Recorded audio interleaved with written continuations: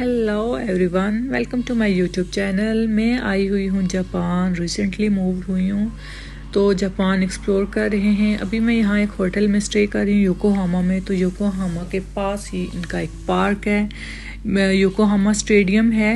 Stadium के पास ही बिल्कुल park है और यहाँ मैं आज आई हूँ। तो चलें आपको भी दिखाते हैं पार्क। Let's go.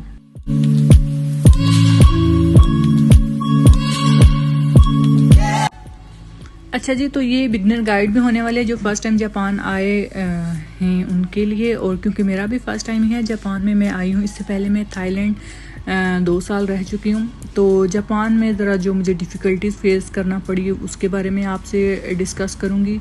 तो जी, जब हम पहली दफ़ा एयरपोर्ट पे लैंड करते हैं तो उसके बाद अंदर हम सबसे पहले हम लोगों की स्कैनिंग होती है, पासपोर्ट की हमारी पिक्चर ली जाती है। उसके बाद हमें फ़र्स्ट काउंटर पे जाना पड़ता है। वहाँ पर वो सारी हमारी इन्फॉर्मेशन लेकर हमें एक रेजिडेंट कार्ड इशू करते हैं, जो कि है हमारा resident card for the Japan. उस पे उस टाइम तो कोई एड्रेस नहीं होता, तो जब तक उस पर एड्रेस हमारा परमानेंट एड्रेस या टेम्प्रेरी कोई एड्रेस जहाँ हम लोग स्टे करें वो नहीं होगा, तो तब तक वो वैलिड नहीं होगा। बहरहाल वो हमें वो इशू कर देते हैं। उसके बाद जी, जब हम वो कार्ड लेकर, हमारा तो स्टे पहले होटल में था, अभी हमने कोई अपार्टमेंट नहीं लिया होता, तो फिर होटल का तो टेम्प्रेरी एड्रेस हम लोग नहीं एंटर करवा सकते। तो सबसे पहले तो आपको ये करना पड़ेगा कि आपको कोई अपने लिए अपार्टमेंट ढूंढना पड़ेगा।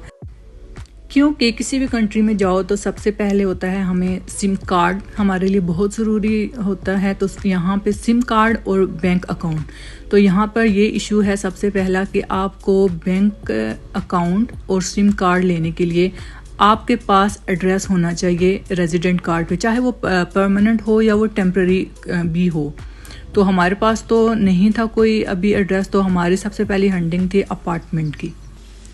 एयरपोर्ट पे हमें सिम मिल जाती हैं, लेकिन वो सिम जो होती है वो सिर्फ डाटा सिम होती है। जापान इज़ वेरी एक्सपेंसिव, मैं आपको शुरू में ही बता देती हूँ।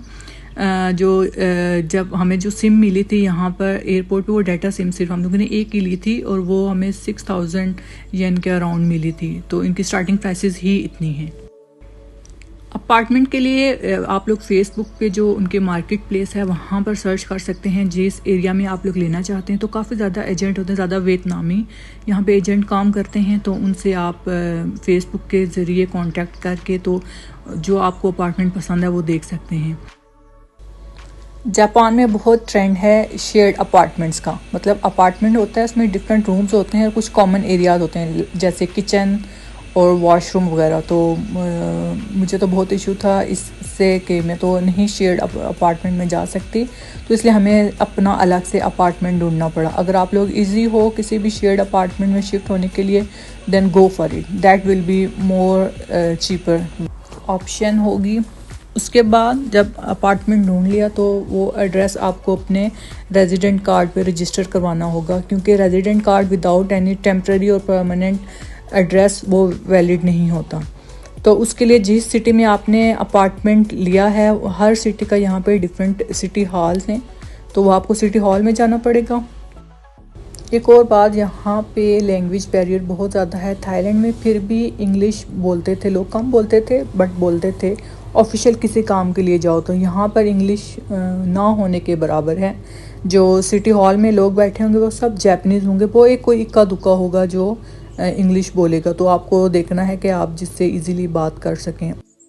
ये जूम इन करके मैं आपको साथ साथ कछुए दिखा रही हूँ, साथ साथ इनको भी इंजॉय करें व्यू के साथ।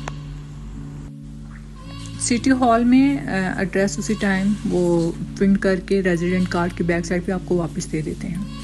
तो जब ये सारे काम आपके हो जाएं तो उसके बाद जब रेजिडेंट कार्ड पे परमानेंट एड्रेस आ जाए या टेम्प्रेरी, तो उसके बाद आप सिम कार्ड ले सकते हैं और सिम कार्ड के साथ आप अपना बैंक अकाउंट भी ओपन करवा सकते हैं।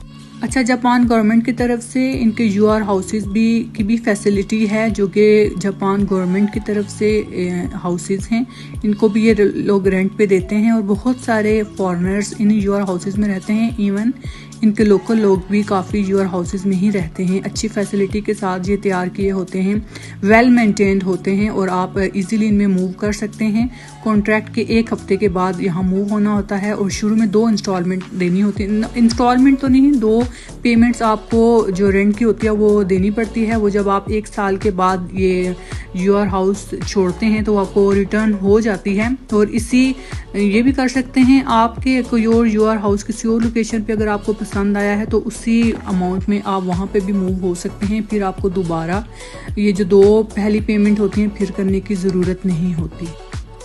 अच्छा, ये पार्क से रास्ता सीधा बाहर रोड की तरफ जा रहा है और यहाँ से ये ज़ेब्रा क्रॉसिंग करके सामने जाओ तो जब हम लोग राइट टर्न लेते हैं तो वो सारा चाइना टाउन शुरू हो जाता है प्रॉपर। उसमें सारे चाइनीज़ रहते हैं और उन्हीं के ही रेस्टोरेंट्स हैं, उन्हीं के बिल्कुल उन्होंने डेकोरेशन वगैरह भी की होती है। तो यहाँ से हम वहाँ भी जा सकते हैं, तो ये रास्ता उधर भी जाता है।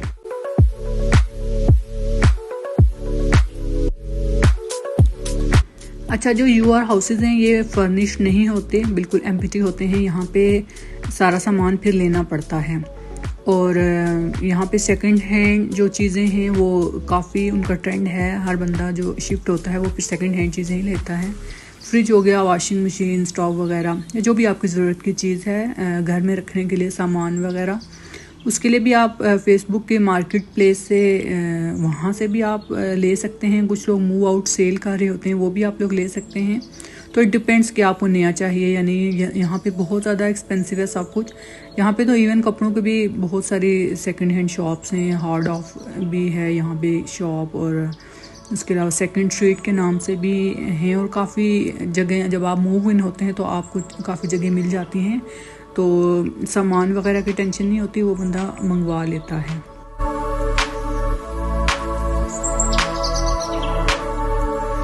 जापान में बहुत ग्रीनरी है, इस पार्क में भी आप देख सकते हैं। बहुत अच्छी जगह थी ये, सुकून वाली ठंडी हवाएं चलती हैं। यहाँ का मौसम भी अच्छा रहता है और काफ़ी खुली स्पेसेस हैं यहाँ पे। इवन फुटपाथ भी काफ़ी खुले हैं।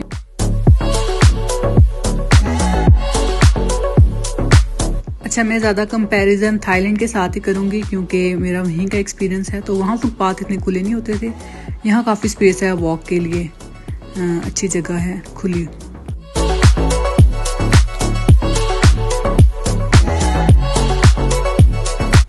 ये थी आज की वीडियो, जापान की इनिशियल गाइड।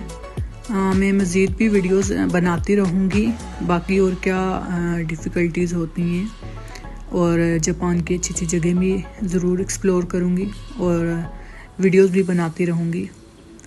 तो अब मैं थक गई थी तो यहाँ पे मैंने थोड़ा रेस्ट भी किया था। ये हम पार्क के अब बिल्कुल बाहर आ गए हैं और यहाँ से फिर मैं वापस अब अपने होटल की तरफ जाऊँगी। वीडियो अच्छी लगी हो तो लाइक, शेयर एंड सब्सक्राइब भी कर दीजिएगा।